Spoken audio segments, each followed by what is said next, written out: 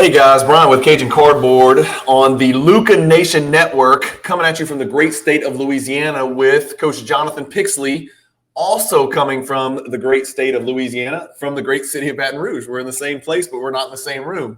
As always, you're getting us on Tuesdays on the Luca Nation Network, and it came to my mind, Jonathan. Welcome to the show again. Of course, by the way, I guess I don't have to say welcome to the show because it's our show together every Tuesday, but it popped in my mind, like, who are you? Who are you? Like, people really on Luca Nation Network may not even know who I am. So let's talk about our upbringing, talk about how we met each other let's see, that would have been 83. I'm pretty sure 83, maybe 1984. We're old. So We'll talk about that. We'll talk about you and me and kind of our life in the sport of basketball as players, as coaches, as recruiters. Well, GMs. That would be you. That would be me, right? GMs and different things like that. So we're going to talk about that for about a third of the show. We're going to talk about our top five in the MVP voting. We're almost a fourth of the way through the season. We're just shy of a fourth of the way through the season. Most of the teams have played 19 or 20 games, but we're going to do our way too early. We're going to throw our cast net, a big cast net about who could possibly win this thing if everything fell right. And then who our top five are right now if we take a snapshot. It might not be who we think is going to win it, but who we would give the award to if we had to give it to somebody today. Yeah. Our five each. And then for the last, and this is, you guys got to watch till the end, because at the end of this, Jonathan knows nothing about cards. He knows a lot about basketball. He knows nothing about cards, card products. So he's as naive as it gets when it comes to the card industry. I'm going to give him three this or that's, where he gets to pick which card he thinks would be the most valuable, and then we'll pull up Card Ladder and we'll look and we'll see how close he was to getting it right. We'll let him guess how much the card's worth and things like that. So that'll be fun towards the end of the show. But anyway, so first let's start with the MVP stuff first, and then we'll talk about ourselves and who we are and while we're on this show screaming at the screen, and then we'll talk about the cards at the end. So MVP list. We've each got five. You've got five. Give me your five. I've got my five, and I've got my five in order. I do too. So let's talk about the guys that we would give the award to. If you made me vote and assign first, second, third, fourth, fifth place, this is the order. Give me your order if you had to choose right this second. Do you want me to start at the bottom or the top? I just want you to tell me 5, 4, 3, 2, 1 in that order. Okay. So number 5 on my list is Donovan Mitchell, who I never would have envisioned putting him anywhere near a top 5 MVP list when I watched him in Utah. Yep. And then he just had an amazing impact in Cleveland. And I mean, they're winning and they're good. I mean, you know, Mobley's starting to score a little bit. Garland obviously is a better player than people realize. But he has a huge effect on that. Number 4 for me was Steph Curry. Steph's having a better season than he had for his unanimous MVP year. Statistically, he is off the charts. I think he's also like 7 rebounds and 7 assists right now. Is that right? Shooting 45-ish% from 3, 53 overall. So if their team were winning a little bit more, he would be probably a little bit higher. And he probably will be a little bit higher at the end of the year, if I had to guess, if he maintains what he's doing. We saw him get off a huge start last year, and then he fell off big time. Obviously, he finished it the right way. Number 3 for me was Luka. I've got Luka third, and I know their team's not very good, but again, the phrase is most valuable player. If you take him off of a team, they are 0 whatever. We can agree on those dudes suck. I know I'm offending so many people. Yeah, I'm sorry. That is the worst support. That's like, honestly, dude, it might be worse than those early LeBron years. It might be worse than the Dave Corzine, Orlando Woolridge, Brad Sellers, Jordan years. I mean, it sucks that we're missing some really good. And I know they went to the finals and all that stuff in the West last year. Smoke and mirrors, man. A lot of teams were missing their best or second best player or both last year in the West, and that's how Memphis kind of snuck in there as well. But dude, this sucks. It really bothers me that Christian Wood's the second best player. It's a travesty. Yeah, we're on the same page with that. Doncic is your 3. Okay. My 3. And to put that a little bit more perspective, in my opinion, Christian Wood, I think, is their second best player. But there are many nights when Spencer Dinwiddie is their second best player. And it is. He is. And he's a good player, don't get me wrong, but I don't think you have anybody else in that roster that would be a major impact top 3 guy on a championship team. Not even close, in my opinion. So Agreed. So he would be 3. Number 2 for me would be Jason Tatum, who has had a really, really big year. He's had a really nice start. You and I have always felt the same way about him, but he has really Jonathan, he flipped the switch on the efficiency button. He just did. He used to be, I thought, very inefficient, and now he's become pretty efficient. So it's different, man. He's changed. He's making shots. He's taking better shots. He's doing more than just scoring. He's really taking a huge step forward. Good defender, actually making the right pass. And then at the top of the list is Giannis for me, even though, I know he hadn't shot free throws. What is he, 58, 59% right now? He did go 8 for 10 last night, I saw. Saw that, yeah. That changes things a little bit. But, yeah, I just think he's dragging around, a much better team than Luka is, but he's missing his second best player. And so and they're still number 2 in the East right now. So that would be my list. Giannis 1, Tatum 2, Luka 3, Steph 4. And really Luka and Steph probably a little bit interchangeable right there. And then Donovan Mitchell will be 5. Okay. Let me give you my 5. It's similar, but not exact. Mitchell's on the outside looking in. Yeah. Real quick. Devin Booker's on the outside looking in for me. He's the next guy. He would be next. So, For sure. And after we finished our top 5, we're going to talk about the other guys that are in this cast net, right? In this pot of goodness that could, if the chips fall right and their teams win a certain amount of games, all these guys could sniff it theoretically, right? Yep. Some of them we kind of know their teams are not going to hang around much longer, but man, some of these guys really could do it. Okay, so my list, I have number 5. I have Doncic. For all the reasons you said, he has no help and he's putting up preposterous numbers and they're somehow just hanging around. Here, let me actually go ahead, Jonathan. I'm going to pull up the standings here. Okay, so just the fact that they're hanging around, they're 9 and 10, which sounds like shit, and they're 11th, right? But they're also 2 games out of 4th. Right. So it's, again, they're hanging around. There are a few games here and there. In one game, they got screwed where they came back out and played 2 seconds and somebody hit a buzzer beater and they lost by 1, right? We saw that game. One of the strangest things I've ever seen. So Doncic is 5 for me. I got Jokic 4, man. I can see it. His numbers just don't jump at you this year. That's the only thing. Efficiency. You say that. Efficiency they do. Yeah. You say that. I've got him pulled up. He's 22.4, almost 10, and almost 9. So he's almost doing what Westbrook did when he won MVP, and he's doing it a lot more efficiently. His effective field goal percentage is 4%, and his PER is 30. So when you put him next to Steph, he's pretty – he's again, his effective field goal percentage is 64.8 as well. So those are both just astronomical numbers. But, if Steph's there, Jokic has got to be there. Steph's averaging a few more points. Jokic is averaging a lot more rebounds and almost 2 more assists. It's tough, man. Both those guys are doing really well. And the reason I gave Jokic the little nudge there is because in the West, the Nuggets are in 2nd very quietly, Jonathan. They're 1 game out of 1st. Did you know that? I didn't. Yeah, I did. I have not been paying attention to that. I've been watching the Sacramento Kings. They've won a bunch of games in a row, and now they've lost 2.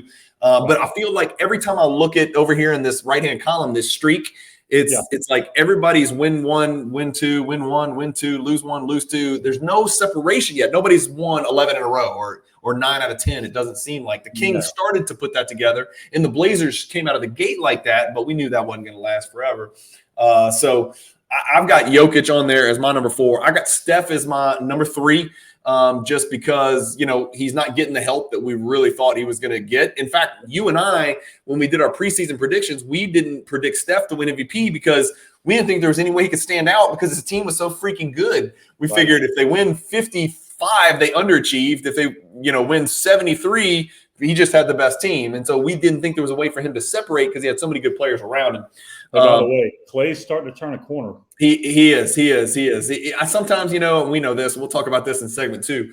When you see the ball go in, it's really interesting how that changes everything about the game. It can change your effort on the defensive end. It can change, it's easier to carry a hot streak than it is to get out of a nasty cold streak like he's been in. So he has started to turn the corner. And as a result, the Warriors are now over 500. They've won 7 out of 10. And everybody needs to chill with the panic button. And they still have got Wiseman waiting in the wings. Maybe one day, who knows? So my number 3 is Steph. So Doncic, Jokic, Steph.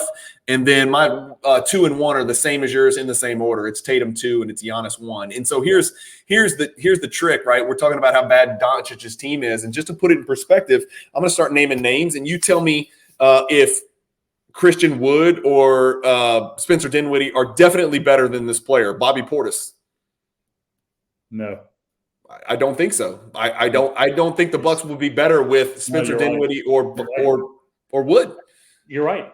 Think about that. Brooke Lopez. Well, yeah. Hell no. Honestly.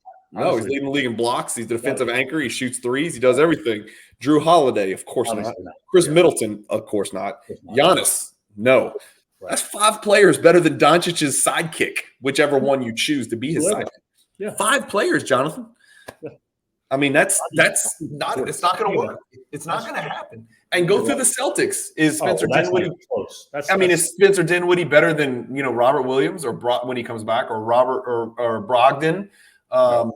Certainly not better than Tatum or Jaylen Brown. I mean, we know that, but you know what I don't get, and look, we really haven't hit on this very much. Is Marcus Smart a good NBA player? I don't want to get into this because you've got a bunch of Marcus Smart lovers out there who really think he was the defensive player of the year. But amongst his peers and personnel in the NBA, they're laughing about that award. Yeah. Like they're literally chuckling, giggling, and laughing about it. There's no way that was the best defensive player in the NBA last year. But is he? No. What I'm asking, and I agree with that 100%. But is he obviously he's a serviceable NBA player, but is he a good NBA player? Like I'm asking the question honestly. I mean, look. We've said Draymond is super overrated, right? Depending on the situation, but he's perfect for Golden State. Is that what Marcus Smart is for Boston? Is that what he is, or is he a good NBA player? Yeah, that's a great question. I mean, if you're asking me to choose between those 2 guys, I'm going to take Draymond Green. But I'm not his biggest fan either. But like his PER is 12. The average in the NBA is 15. Right. And so, again, his win shares is 1.2. Right. He's a 31% 3-point shooter, 42% field goal percentage shooter. He's a career 32% 3-point shooter, and a career 38% from the field. So see that's my deal is like you're open because nobody's really guarding you. So, Jonathan, what is the average player, average starter in the NBA who gets 30 minutes a game like Marcus Smart does? I'm assuming he's getting 30 minutes a game, right? Yeah, he's getting 32.4 minutes. That's probably right on the average for an NBA starter, maybe a minute less. What is the average starter in the NBA score points per game? And I know his values on defense, but what I'm getting at is he hurts you so much on offense trying to be a point guard when he's not, that it almost takes away from whatever plus he does provide you on defense. I do think he's a better than average defender. Obviously, I'm not going to go to some extreme.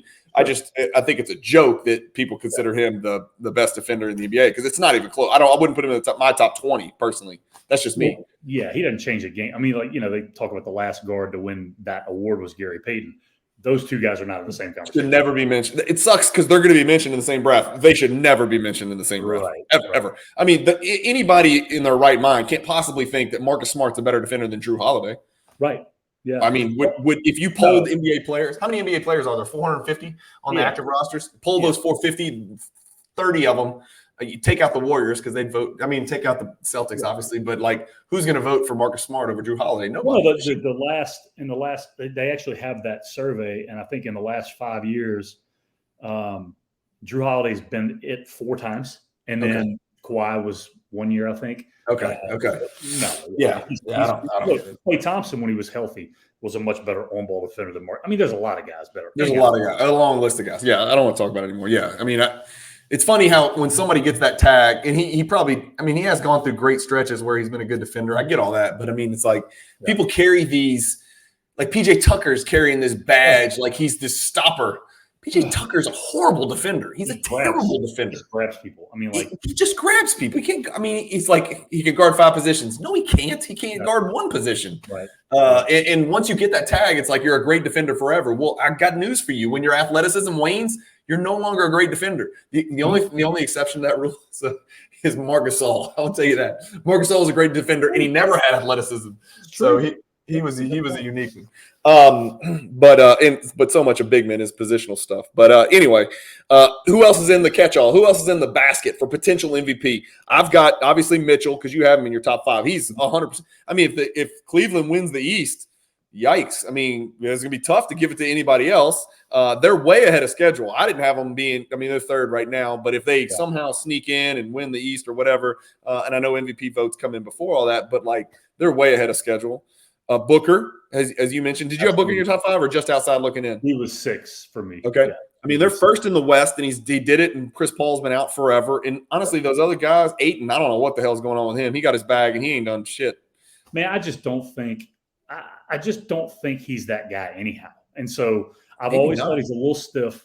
And then he's actually turned out to be a little soft. Like he wants to shoot fadeaways. He only gets to the free throw line 3 times a game. Not really blocking shots at a high clip, really. Yeah, I don't know. He seems like he pouts a lot too. But nonetheless, I mean, look, Booker is a 27-5-5 guy in a team situation, right? I hate to say this, but Mikal Bridges is actually playing offense this year. He is.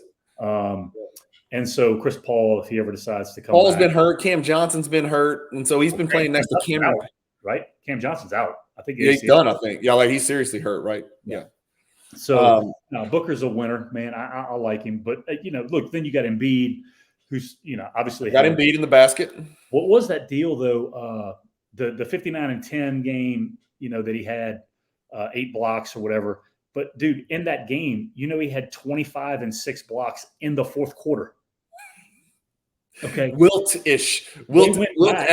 Yeah, they went back on Basketball Reference and they looked at it, and it was one of the top 10 statistical games of all time somehow. I'm not sure how that works. Yeah.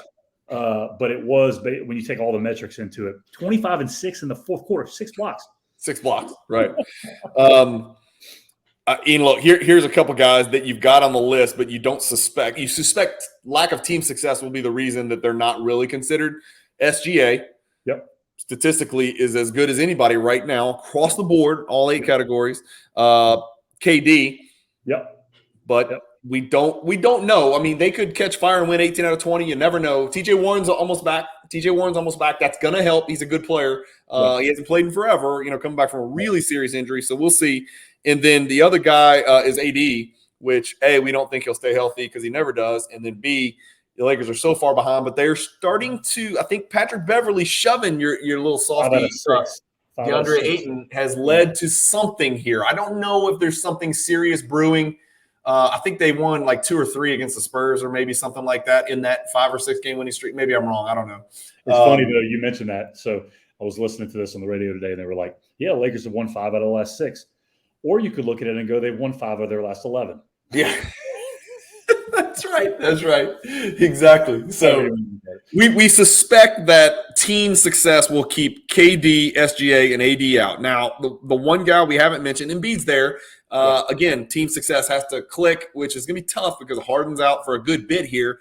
Maxey is out for a good bit. Embiid's been out. I don't know when Embiid's expected back. I think he's expected back sooner than the others, right? Yes. But, again, can he do it all by himself? For whatever reason. Where's Ja Morant? I was just about to say Ja Morant's the other guy, right? And so, I'm not the biggest Grizzlies fan out there. I thought they were going to have a seriously down year, but they're 12-8. They're 1.5 out of first place. He could be in the top 5 in front of Doncic for sure, because it's not like he's not putting up preposterous numbers as well. I mean, hell, let's hurt too, though, right? Hadn't he been hurt? He's been in and out. Yeah, he's played 17 games though, Jonathan. 28, 6.4, 7.6. His effective field goal percentage is barely over 50, but it's not bad when you're 3'8". 37% from threes, better than we suspected it would be, and 25.7 PER is a big number. He's there. His numbers are there. If they win the West, he's got every chance to win it, right? Sure. And they're built for the regular season because they play really hard when your best player is a dog like that. Okay. And then the Desmond Baines kid he's just better than everybody thought.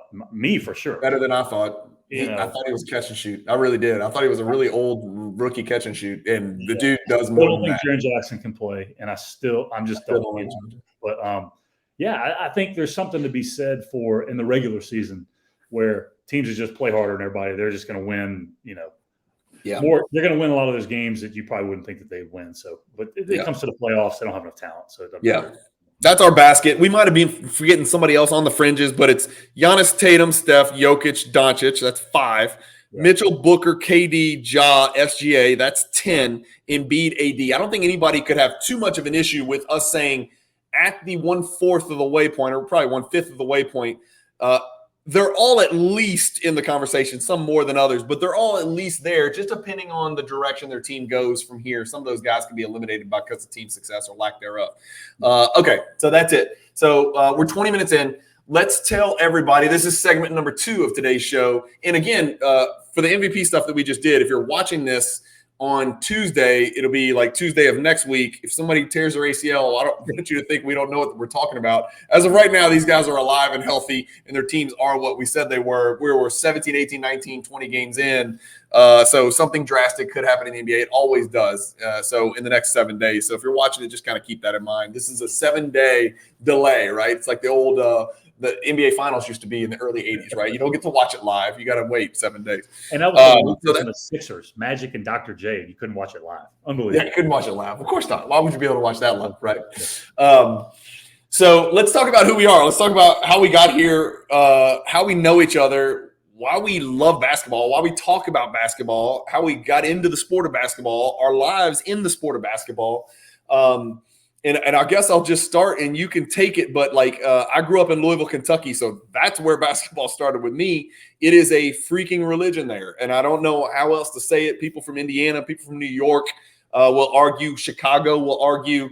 But from my perspective, Kentucky basketball is different. It just is. I was born into it. I would put on gloves. My dad and I would go out in the yard. We'd shovel the snow.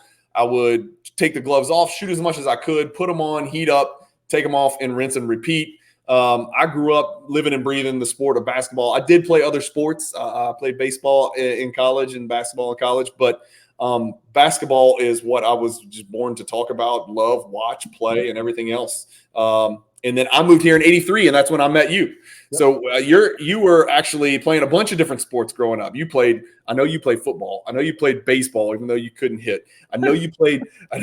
It's a good thing because it let you transition into basketball only, whereas I kept trying to play both those sports all the way through college. And you knew right away, you're like, you know what? Man, that ball's traveling really fast. You know what happened, though, which is the craziest part about about baseball. And I was never going to be better at baseball than basketball. That's for sure. Right. I would have been an above average baseball player at best.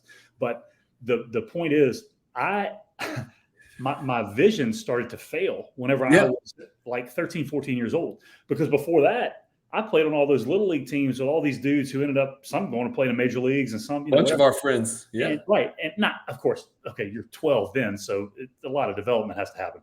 But my point is, it literally changed overnight for me because I had to start wearing glasses and then these goggles and all this stuff. And I was like, oh my God, I can't see at night anymore. And that was it. It was like overnight for me. It was crazy, man. Yeah. That's why Kareem and James Worthy transitioned, right? They can't wear goggles. The last time you saw a baseball player wearing goggles. Yeah. But I'm glad it happened because I would have probably kept playing baseball, which would not have been a good decision. So you and I, Jonathan, we had that in common. So my vision started to fail me a little bit later. Like when I was a sophomore, I couldn't see the board in class. So I started wearing glasses and my catcher, a good friend of ours, when I was pitching in these JV games as a sophomore, he'd give me a sign at a night game and I'd cross him up. So he'd give me a 2 and I'd throw a fastball right off his mask. And he's like, stop shaking me off. I'm like, dude, I can't see a damn thing. And I was like, don't tell the batter. Scare the shit out of them. But we met up in 1983. So I moved down here to Baton Rouge. We went to competing rich white private schools in middle school. I went to 4 of them. Yeah. Yeah, you went to 4 of them because you were going to the highest bidder, right? You were getting the bag already. And so we actually, I don't want to say it was a rivalry because my team never had a chance to win because you had more help. You had a Middleton and I had a Christian Wood. So that was kind of. You didn't even have a Christian Wood, dude. I didn't, did I? So I got my ass whipped by this guy all through middle school. And everybody would laugh and taunt and everything. But you know what? I still got my numbers, man. I got my field goal attempts up. Well, that's for sure. You definitely led the Baton Rouge middle school league in FGAs and threes before threes were actually threes. You know what I'm saying? That's right. Like it wasn't even you just decided the best part about playing you was we knew you were the only person we had to guard.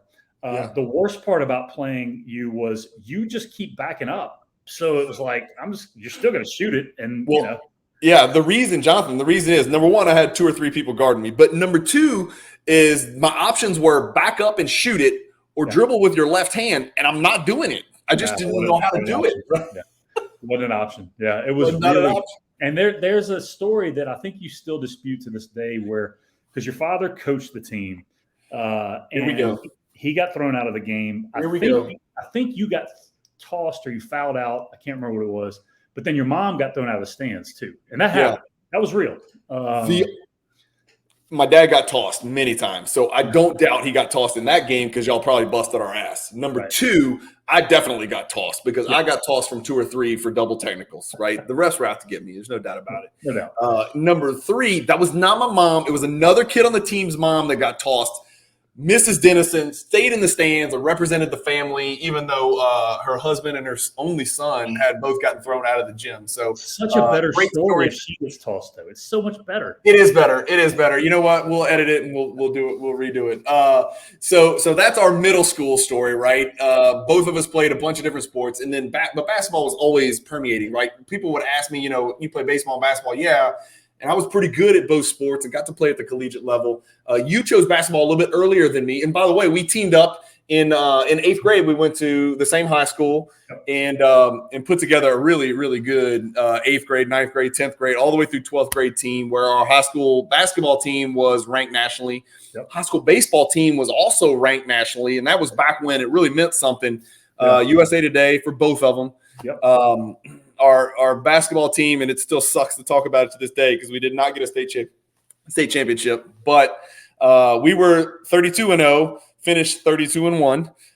And then the baseball team was, I think, ranked top 10 in the country, and we had 9 players signed Division I college scholarships, and 4 got drafted out of high school, 5 got drafted out of high school. A bunch of them won national championships at LSU, but our basketball team was special, and that was a really fun 4 years as well. I was trying to do both, so I was pretty good at both. You chose basketball earlier, and you excelled, obviously. I just remember that. Talk about those high school years, man. I know people around the country don't give a damn about our high school years, and everybody's got the same story, but that's kind of where we came together. So we were enemies fighting against each other, and then 8th grade we came together, and that's when we kind of became friends. And you were like, I don't really hate this guy as much as I thought I should. Yeah. First of all, I should have grown up in Kentucky or Indiana, right? I mean, yeah, sure. I was the anomaly here in Louisiana, especially. But it was you'll get a kick out of this. I don't know if you've seen this or not, but there was a podcast, and I don't even know who the host was, but it was called Three Kings, and they had 3 guys from the greater New Orleans area back during our time. On this podcast, and they were talking about high school basketball back then. It was Randy Livingston, who was 2-time National Player of the Year. It was Dwayne Spencer from Coleman, who was a McDonald's All-American, I believe. Georgetown and LSU, McDonald's All-American. For sure. And then Rashard Allen, who was on the team that beat us at John Ehret. Well, all 3 of those guys talked about us and talked about our team and talked about how it was unbelievable, how loaded we were, this and that. And Rashard talks about in that podcast how, because, remember, we didn't just beat them twice. We annihilated them twice during the year. Okay. And one game, and he talked about it, we were playing at the Newman tournament before we beat Randy and them in the finals. Yeah. And the score was like 28-0 at the end of the first quarter. Like they couldn't get the ball across half court. So after that tournament was over, they had a practice segment every day for the rest of the year called Catholic High's Press. And they had to break Catholic High's Press every day. And so they ended up freaking doing it in the semifinals. Yeah. So they had help. Not to make excuses, but not everybody had a great game. I was out. I didn't play. Our starting center was out. He didn't play. Right. So we were a skeleton crew, and it does suck. But so we ended up losing in the state semifinals in basketball. Yeah. We lost in the state championship, my state championship in baseball. Right. A run was balked in by one of our pitchers in the last inning. Yeah. And so it was it was an emotional high school year. But that wasn't the end. That's not the end of it. I was about to say the best part to me about our high school days. Yeah.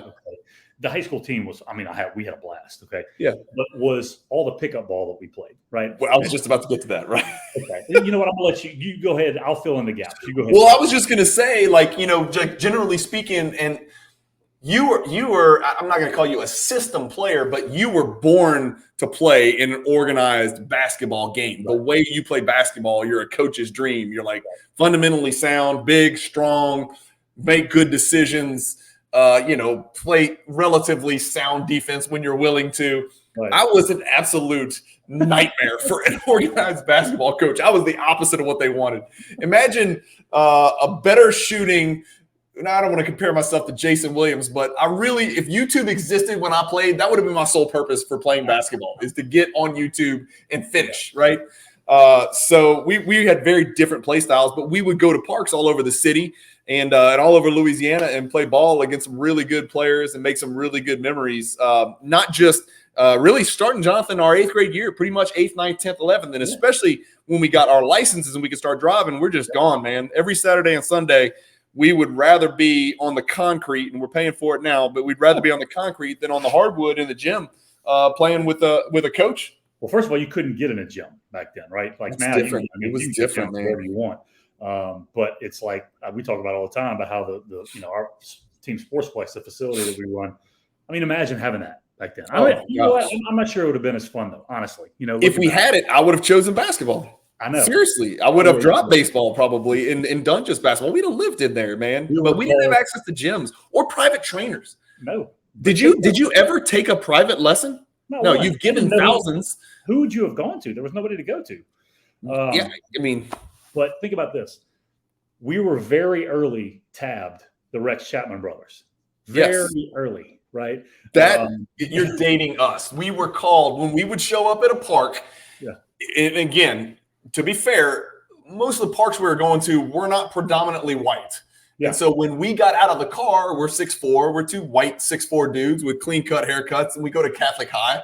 Yeah. They either knew these dudes either they can play or they're looking for trouble, right? And so we definitely weren't looking for trouble. We could play a little bit and hold our own, and so we got that nickname, the Rex Chapman brothers, because back then there wasn't a lot of real prolific white players out there that could jump, right? And we could both jump a little bit, which was unique as well. So, that was kind of our nickname. But lots of great stories about playing pickup basketball. I've always said that, if I could go back in time in a time machine and I could either go play in, this high school game or this college game again, I would pick going to play pickup basketball over all of that stuff all day long. And if we weren't playing pickup basketball, it was because it was too dark. So we were playing basketball video games. Live 95. That's how old we are. Yep. 95, guys. Before NBA 2K, there was Live 95. I'll go back before that because there was Lakers versus Celtics, Lakers versus Bulls. Some of you guys that are our age are going to remember these computer games, PC games. We were playing on the keyboard. Like, we didn't have a joystick. We hit the keys, right, to make your guys move and shoot and stuff. So, yeah, I mean, we've lived and breathed it. Somehow, I collected baseball cards. You didn't collect basketball cards at all. You dabbled in baseball cards a little bit, if I recall. A little bit. Yeah. Yeah, but I loved baseball back in the early 80s, right? I loved it. I wasn't really a Braves or a Cubs fan, but you watch them on TV all the time. Love Ron Sandberg, love all those guys. Yeah, but we collected those guys. But I stopped really following any form of baseball, or I'm talking about it all. Like when the Sosa McGuire thing hit. That's the last time I watched. Yep. That's the last time I watched. And I didn't stop watching because they turned out to be on steroids. I stopped watching because they stopped letting people use steroids. Yeah, because it wasn't fun anymore. Right. It wasn't fun anymore. And honestly, I think I got adult ADD, and I was like, I need faster. I need more action. Too much waiting. So that we followed a similar course there. So my college journey was, I committed to play baseball at a little NAIA school in New Orleans called Loyola, which, shout out, just won the basketball national NAIA championship. They won the national championship. My good friend, shout out to Coach Stacy Hollowell, who is now an assistant coach at Ole Miss. So I signed to play baseball there, tore ligaments, decided to play basketball. So I played 2 years of basketball there. You obviously had a couple of options coming out of high school. Tell me who offered you Tell me about your recruiting stuff. Any good stories about that? And you ultimately ended up playing at Samford University, not Stanford, not the trees in California, but Samford University in Alabama. They were in the Trans-American Conference. So tell us about the recruiting process and all that stuff. Yeah, so I did get recruited by a couple bigger schools. I mean, Ole Miss recruited. I mean, they were active, and then Florida was actually very active. But the situation with Florida, which was the closest to it, Lon Kruger was the head coach at the time. He saw me, as you see now with these guys, you can have one or two really good weekends, and the next thing you know, you're on the AAU circuit, and the next thing you know, you're getting offered by everybody. Well, he was there to watch, because I'll never forget getting back to Baton Rouge the night after the night that we were done at the Memphis Pyramid Tournament, and we had played, ironically, against the Louisiana Stars that had Scotty Thurman and Kerry Kittles and Honeycutt and all these guys. And I had a monster game. Like, I made like 12 threes in the game. I remember you telling me, yeah. And it might have been like 14 threes. It was something nuts, okay? I had like 46 points and 42 of them were on threes, something crazy. And so Kruger calls that night. He called. And he's talking to me, and he says, look, we're very interested in offering you this, that, the other. Here's the deal, though. You'll redshirt. You'll sit probably behind a guy, and I'll never forget the guy's name, Craig Brown, because he was all SEC. Oh, I remember Craig Brown. Yeah. And I remember the name because that's who he told me I was going to sit behind, right? He said, by the time you're a junior, you'll probably have a chance to get on the floor. And so I decided I had already made my mind up. I wanted somewhere where I was going to play as a freshman. Where I knew there's no way you can do it. I know you too well. I mean, no way in hell you're sitting 2 years watching some other dude play basketball in your spot. No. Plus, I mean, how many guys did we see go off to bigger schools and you never heard from them again, right? The irony in that deal is Florida went to the Final Four in 1994, right? Yeah. So I missed out on that. But nonetheless, I go to Samford. I got offered by Davidson. That probably would have been my McKillop, right? Do what? That was McKillop. Yeah. So Steph could have been breaking your records. Steph could have broken your records if you'd gone there. Then you would have a great story. And he would have definitely broken them. Matt Doherty was the assistant coach there. Matt Doherty was the guy who threw the pass to Jordan when he made the jumper against Georgetown and Superdome. The other Doherty, right? The white Doherty, right? Not Brad Doherty, Matt Doherty, right? And he was the assistant coach at Davidson. He was my draw there. He actually left and went to be an assistant at Kansas after that. But nonetheless, John Brady at Samford University was the only guy to promise me that we would play LSU before I graduated. And that was a big deal to me because LSU really didn't recruit me. And so I was, thought I was better than I was, whatever. And so ironically, we come back down my senior year and we beat LSU in the PMAC. Yeah. And then Coach Brady gets the job the next year. Apparently, he actually got it that night, but he actually took the job the next year. Right. Behind in the shadows, he was offered the job that night. Hey, by the way, you're going to get a call. So that was my collegiate career. And then, obviously, the rest. Nobody else watching this knows that I did have aspirations to go play professionally. I wanted to go play in the NBA. Most people told me there was no chance that I'd be able to do that. I stuck with it. Keep in mind, at this point, you had torn one ACL. Yeah. I had torn my ACL. But fully recovered by all measures. Fully recovered, had a great college career. You tore that your summer after your freshman year, yeah?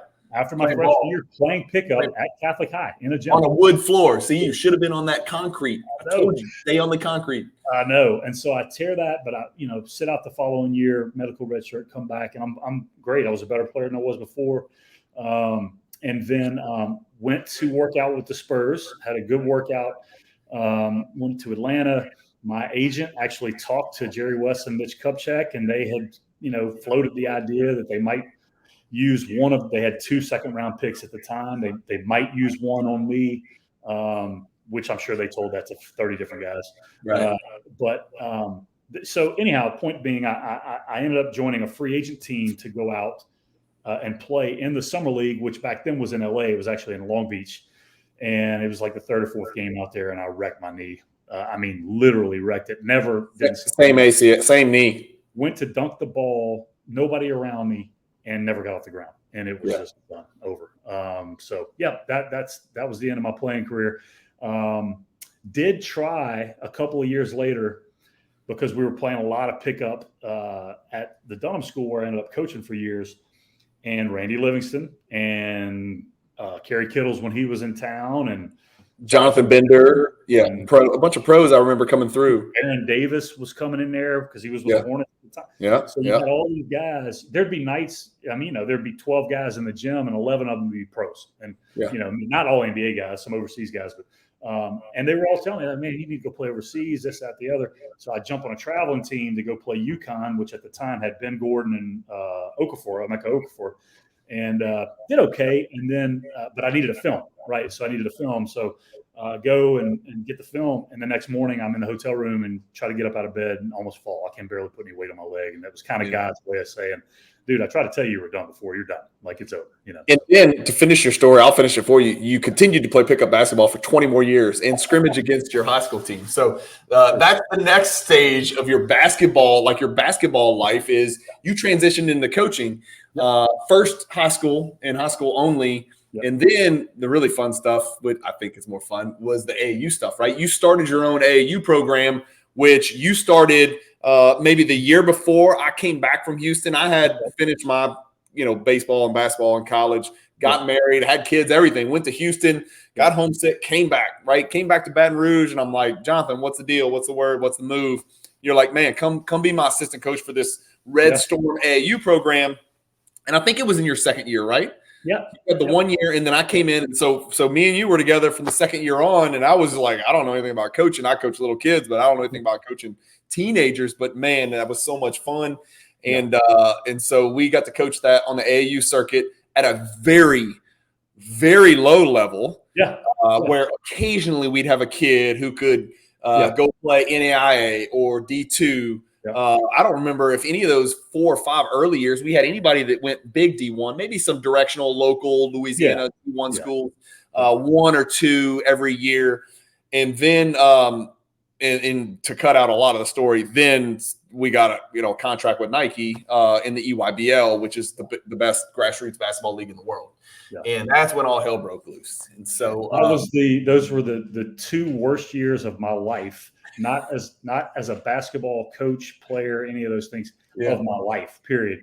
It's where I was the worst version of myself because I'll never forget sitting at the table, and I'll use 0 names, but the lunch table, and we're sitting there with the Nike reps, and I remember telling them, I'm really not sure that I'm the guy that you want to give this to because we're not going to go do the things that obviously have come out over the years. And they did anyhow. And we struggled because we couldn't get those kids that you had to have to win at that level. Here's the deal. So the good and the bad. The good, I think every single kid that played for us got a college basketball scholarship in a 2 or 3 year period. 2-year period. So for 2 full years, and I mean every single age group. Every kid, right? And so in the EYBL, we got to coach against Tatum, Booker, and Ben Simmons, and Tyus Jones, and Sheck Diallo, and Thomas Bryant, and Malik Newman. Go down the list. Like, literally, guys, if you don't know what the Nike EYBL is, go Google it, and you'll see it's a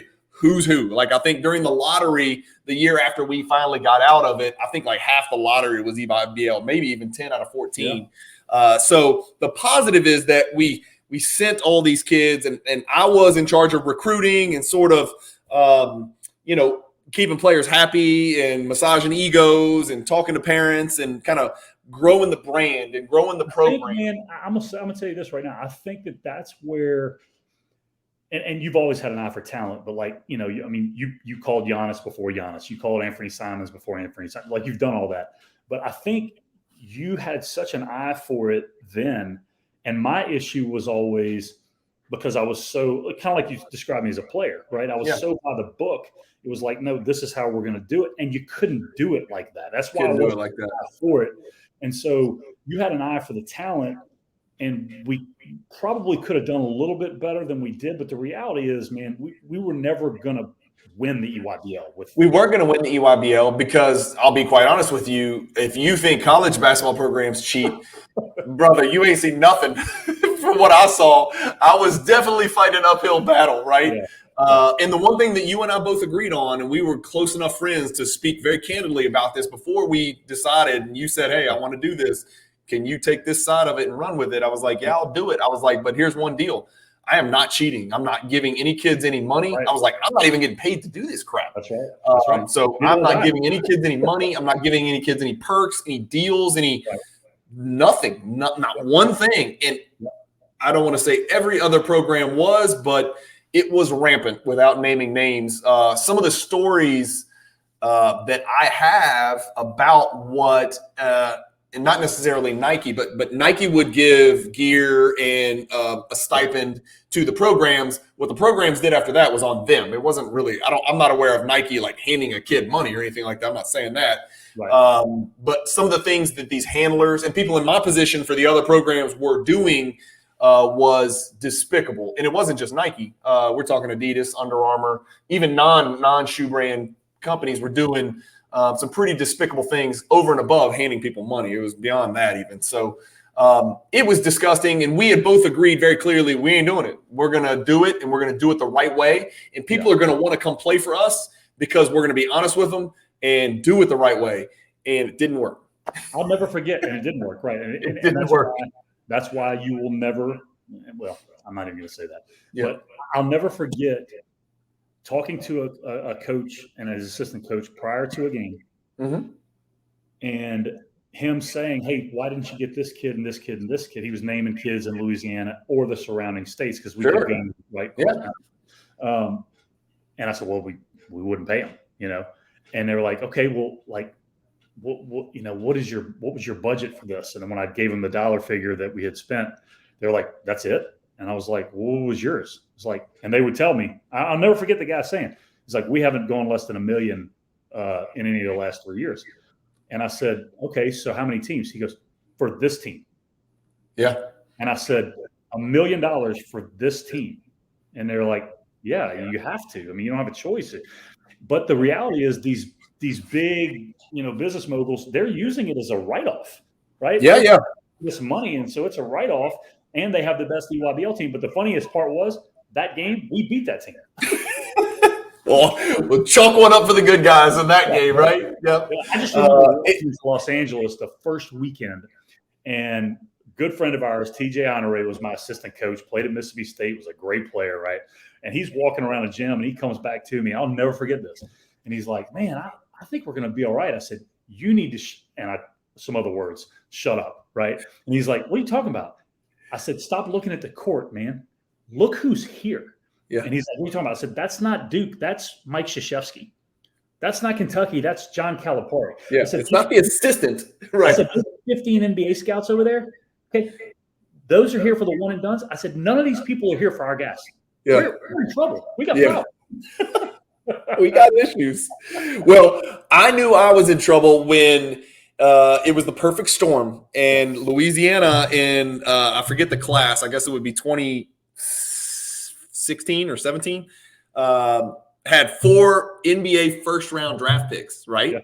Yeah. We got none of them.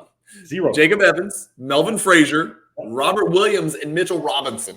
Yeah. And we could not get them. You know, one Adidas, Under Armour. Not allowed to speak to his people. Went to Texas. You know, there's a story about all of them, but. Him and Jacob Evans played on just like kind of random AAU teams that weren't. Didn't even play with a shoe company. Made it to the NBA, so I guess we're the dummies, right? We were telling him, hey, now I screwed up with Jacob Evans. I don't know if you were part of that or not, but I know I did. Because we flat out said we didn't think he was good enough when he was a sophomore, right? Yeah. I don't think he was. But then he made a huge jump. And then we went back to tell him, look, we'd love to have you. He was like, screw y'all, which is the same way I'd have done if I was like, that's exactly right. I would have said the same thing. Right. But good kid, good mom, good family, good program, good high school coach. So my daughters actually go to the school that Jacob Evans played high school basketball for. So it was good. And he actually came back to a game earlier this year. And they're like, Jacob Evans was at the game today. I was like, no, he didn't play for me. He turned me down. So I'm not starstruck ever. But that's kind of our story through the 8. Yeah, I'm more frustrated in a high school game than when we boxed and won him. Yeah, and beat them. And really, it was more of a. When I say box and one, it was more of 4 guys guarding him and 1 guarding him. Well, he had a worse supporting cast than Doncic has, so let's put it that way. So it was a no-brainer to box or triangle into him or whatever the hell you did. I'm sure you figured it out, but you weren't going to let him beat you. But that's kind of our story through the AAU. We ended up giving that contract up and saying, you know what? I was probably spending, and you know this, if you count phone time and back when I was having to be on Twitter and Instagram and all that, I was probably spending about 60 hours a week on the AAU stuff and not getting paid. And you know, I had kids growing up, and you had daughters that were playing volleyball and other sports, and we're like, you know what, we're on this plane out to Dallas or Sacramento or wherever y'all were going. And I was like, I'm missing my kids growing up playing sports. I'm not even going to my kids. I have a lot of kids. If you're going to pay me $2.5 million, I mean, look, it's the reason I never wanted to coach college basketball, because I know what you know what you got to do. I got a feeling, for what you got to do, right? Not just travel, but all the other stuff. And so I didn't want to do that. You didn't want to do that. I mean, I have to think from a basketball knowledge standpoint, and some of the guys that we've known who have done it at that level. We were there. But you got to make a lot of sacrifices morally, and you got to make a lot of family sacrifices. That's one thing I either admire or, on the one hand, I admire it. On the other hand, I feel a little bit sorry for how much family time they have to sacrifice to be away from their wife and kids and stuff like that. So I don't know. I guess everybody's got their own path in life. But so we decided it was dirty and gross. And so we got out of the grassroots AAU game. And now we just talk about and you retired from coaching high school basketball. You won a couple state championships, 2 or 3? 2. 3. Did you win 3? 3 out of the last 4. Yeah. 3 out of the last 4. So you failed 1 year. Yep. The best team I ever had. I know. Isn't it funny how that works? Anyway, so you're out of coaching. Hey, how many times did I tell them about that story about us losing in the semifinals? Yeah. Hey, it can happen. Oh, no, it's not going to happen. It's impossible. We can't lose. Oh, yeah, you can. We had already beaten twice. Yeah. Same exact scenario, just in the finals, we lose. Yeah, of course. It's funny how you remember the losses a lot more than the wins. Dude, right? Hey, and then when we won the next 2, after both of them, I was like, after the first one, which would have been our second, I was like, going to shake hands with the other coach. I was like, shit, we should have won 3 in a row. After the last one, I was like, shit, we should have won 4 in a row. Yeah, that's the way it is, man. When you're competitive, that's the way it is. You'll always remember the losses. All right, enough about our basketball. That's our story. That's why we talk about basketball, and we continue to talk about it in all through this, 30-year relationship that we've had with each other, more than 30 years now.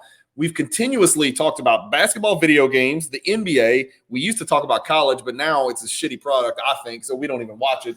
There's just no continuity and no chemistry and no stability, so we don't really even watch it. It's just not a good product. Do you watch any college at all? No, I can't, because I don't even know who plays for who now. I don't. But think about this, though, and I know you've touched on this in previous episodes that we've done. You talk about, when we're driving to Orlando.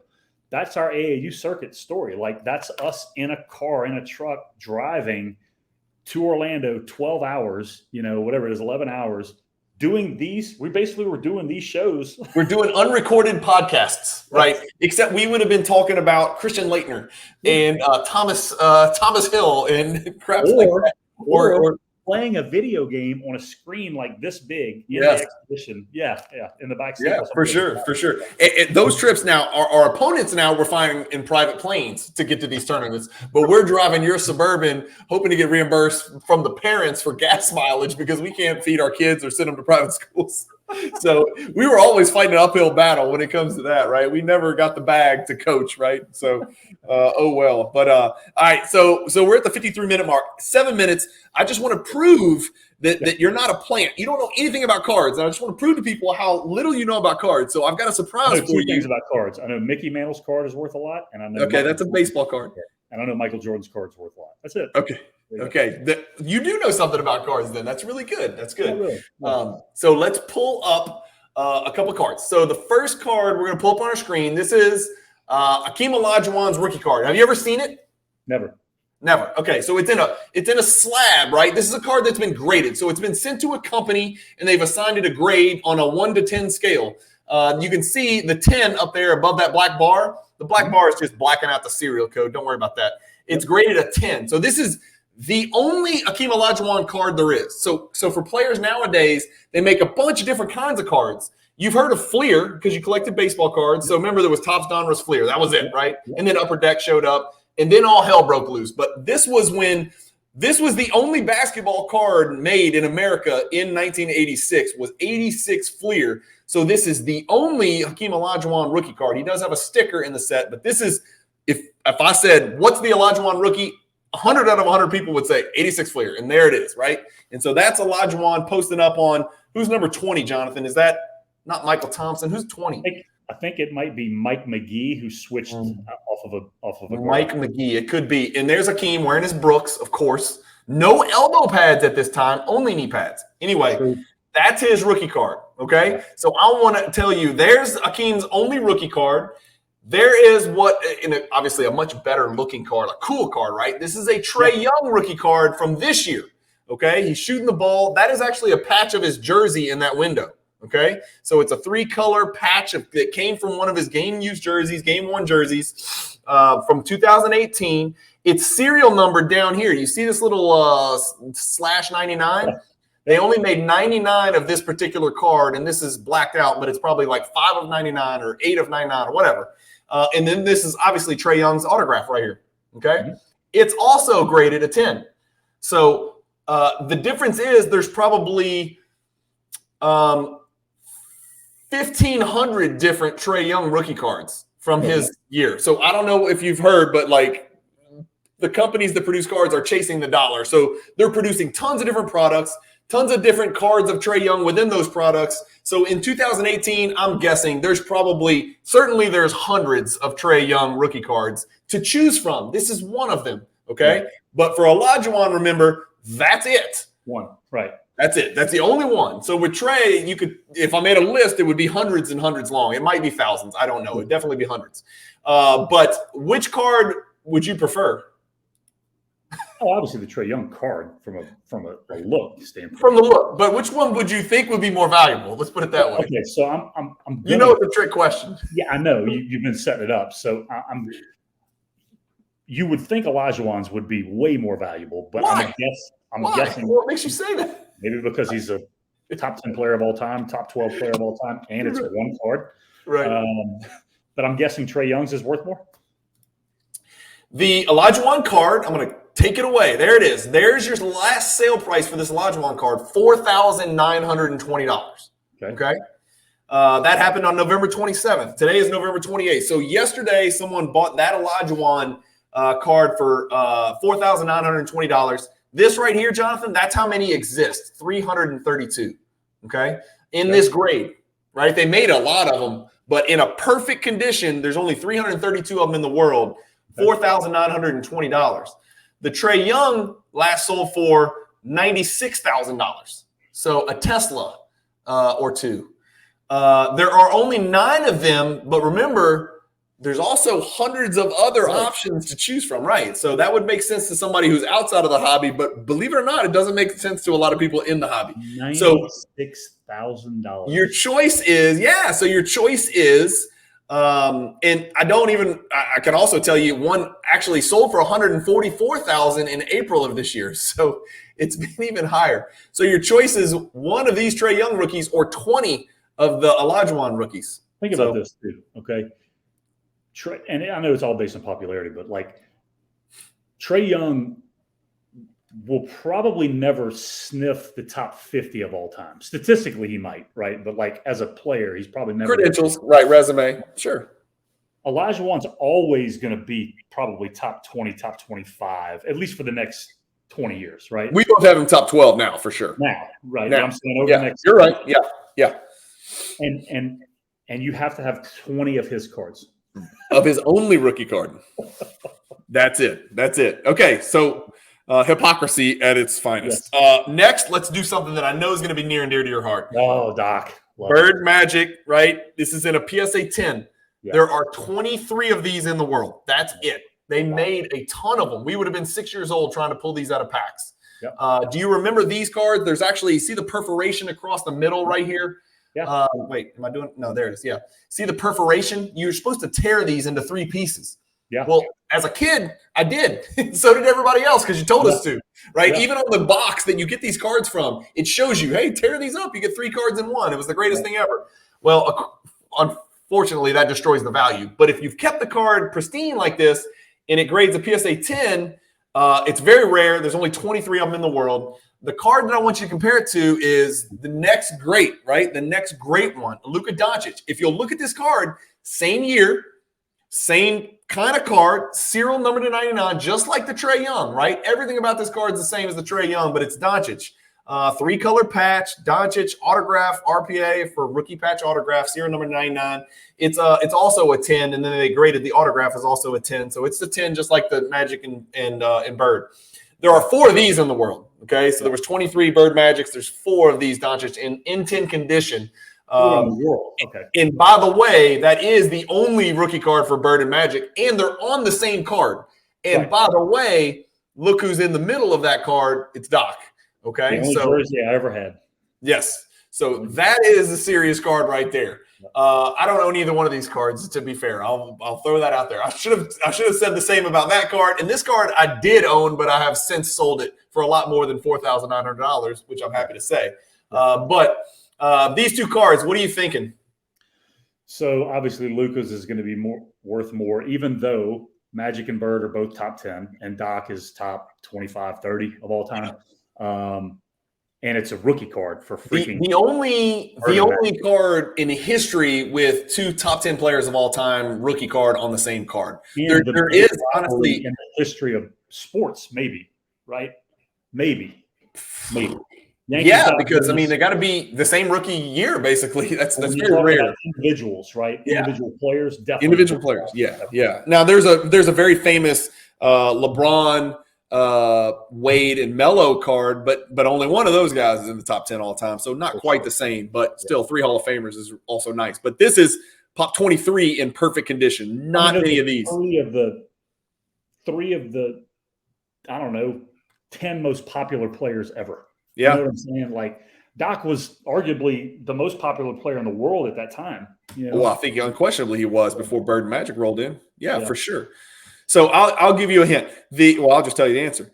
This last sold for $522,000, so $500,000 for that Bird Magic rookie card. Don't tell me Luka's a Doncic last sold for $780,000 in 2021. So that just kind of gives you an idea of how in the hobby today, and I keep trying to explain this to people, and people who are outside the hobby looking in are like, why? It doesn't make any sense. And the same thing I said about Trae Young, where there's hundreds and hundreds and hundreds of choices of rookie cards. This is just one of many choices. So it might be serial numbered to 99, but there could be, I know there is there are millions of Luka Doncic rookie cards for sure printed, right? So interesting dichotomy. And a trap for the unwary if somebody's paying $750,000 for that card. One question for you. Yeah. As a self-made expert in the field now, what's Wembanyama's rookie card going to be worth? We're going to do a whole video on that. I mean, seriously. No, it's going to be mania.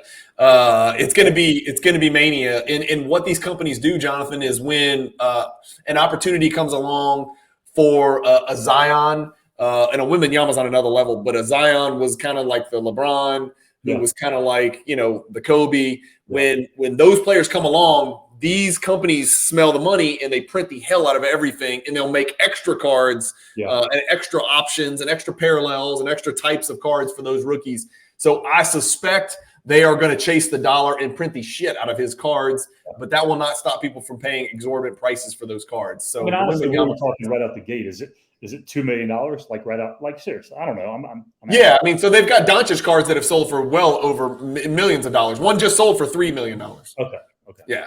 So it happens. Like, to me, that's a really big risk. I mean, you could have every single Olajuwon and Barkley PSA 10 rookie card in the world. You could have every single one of them to yourself for that price. So it's like, it doesn't make any sense to me. But okay, last one. John Stockton, rookie card, right? He actually should have been in that set for the Olajuwon and the Jordan and the Barkley and all those guys from 86 Fleer, but they left him out because they didn't think he was good enough. So he did not make it in that set. So his rookie, he didn't even come the next year. His rookie card is actually 1988 Fleer. There are 947 of these, okay? So they started printing a little bit more here, and they started printing better quality, and so there's more Stockton rookies than Olajuwon rookies. They didn't print more probably, but they graded better, right? Because how many games they played in a row, isn't it? Yeah, something like that. Yeah, exactly. So that's a PSA 10. Again, I'm just keeping you on the same grade. And then here's a Ja Morant silver PSA 10. There's 947 Stockton of this card. That's his only rookie card. For Ja Morant, there are thousands of different rookie cards. This is one of them. And just this card in this grade, there's 1,448 of these. So which of these cards do you think is the most valuable? Well, first of all, I just spent Thanksgiving with my sister. My brother-in-law, still right now at 60 years old, like John Stockton. Yeah. So obviously Morant's is going to be worth more. I'm going to guess it's worth. Remember, there's a lot of these now. There's 1,448 of them. So there's a lot of them out there. Is it worth 15 times as much? How much is it worth? Sadly, well, thank God, it's only double. Okay. It's only double. So there's your Stockton, $450 last sold, $477. So about a $475 card, $450 card. But remember, there's a less Stocktons, and then the Morant is $990. So it's about double, even though there's significantly more. Think about this. Okay. So you've talked about Olajuwon, all-time leading shot blocker, one of the 3 to 4 greatest centers of all time. Yeah. Less than $5,000. Stockton has set 2 records, assists and steals, that will probably never be broken. We know they'll never be broken, right? And it's not even $500. That's amazing, dude. I know. That is Doesn't it make you want to get into the card market and buy up all the Stocktons? Really. I get inflation, but, Jordan's obviously his legend continues to grow. So the price on his card is going to continue to grow. It just proves that these guys like Stockton, Olajuwon, probably Larry Bird is in the same deal. People forget, man. Like they forget how great, or some of these young people don't even know. I mean, they just never knew to begin with. So here's your last lesson for the day, and we'll kill it after this. The Jordan card that you're looking at right there, which I'm the proud owner of one of these, is a PSA 10, just like the Olajuwon, same set, same grade, everything. There's only 318 of these in the world, and everybody wanted one at one point. It once hit. Well, it actually sold for more than that. It sold for like 780, I think, or 840 or something stupid. But I think it sold for like 800 something at one point. But they've removed those sales. It was 645 at the very least. It was actually more than that. Look what it's at today, 156. So the market's correcting right now. We're going through a little bit of a market correction where there was this mania and this hype, and you can see this giant graph, right? This giant mountain in early 2021 where everybody was into cards. And that was right after the documentary too, right? This was about, let's see, that would have been about 10 months after the documentary, something like that. I'm hazy on my dates, but I think the documentary was like April or May of 2020. Yeah. And so this would have been in February of 2021, so about 9 months later. But yes, the documentary swept through, COVID came through, stimulus checks came through, people were in their parents' house pulling up their old cards, and mania took over and the hobby exploded. And then it got to a peak. And then when everything goes up so fast, it's got to come down. And so what we saw happen to Bitcoin, what we saw happen to stocks, what we saw happen in some states for real estate, when something goes up too fast, too much, it comes down just as fast, just as much. And so we're trying to find that price point equilibrium of what is a reasonable price for a Jordan rookie. So as you can see, it's still coming down, man. So over the last 6 months, it's down 30% in value. Of course, that's just, sometimes they go up, sometimes they go down because they all look, relatively the same. But interesting. There's your lesson for the day. So if you want in, I'll put you in touch with whoever's got some of these Stocktons, and you can come in and scoop up all the Stocktons and all the Isaiah Thomas cards. You can get all the Isaiah rookies. Hey, the one good thing that you are going to – Isaiah rookies. No, look, here's one thing you're going to like, and I'll just do this real fast. Lucky for you, the Isaiah Thomas rookie is worth significantly less than – there it is, $2,500. So about half the Olajuwon, which is where it belongs. It's probably about – 5 times as much as Stockton. It is, yeah. But that's part of this is how many there are. There's only 192, and there's like almost 1,000 Stocktons. Yeah. 500 or whatever we said. What did we say? 947, yes. You know why? Because people burn most of their Isaiahs. I think I single-handedly burnt probably 1,500 of them, right? In a bonfire at my house, right? The only way to get Stockton's value up is to burn the Isaiahs, right? That's his comp. So anyway, that's the end of our episode today. A little hodgepodge today, but hopefully you guys enjoy this one. I am on a plane to Phoenix for my kids' soccer stuff, but I will be back, so we'll be able to keep up and we'll film again for the next Tuesday for sure. Because remember, we're always 7 days ahead. Who knows? Maybe 7 days from now, this Stockton card will double in value. Because people, the tens of people that watch our show will go out and buy the Stocktons, right? That's called pump and dump. It's actually just called pump. So that's us pumping up the Stockton prices, even though we don't own any of them. So anyway, thank you guys for watching. Jonathan, anything else? Anything you want to say? There they are. That's when you know it's the end. Top 10 teams, 80s, starting 80s next week. We got to do. I'm not gonna have time to research that. Think of another topic. We'll have something that you guys will enjoy. Anyway, thanks guys for watching. Keep collecting. Stay positive in the hobby. Hit the subscribe button if you haven't hit it yet. Hit the like button. Please comment below. Let us know how dumb we are, or how smart we are. If you enjoyed the video, we appreciate you taking the time to watch. Keep collecting. Stay positive in the hobby, and peace.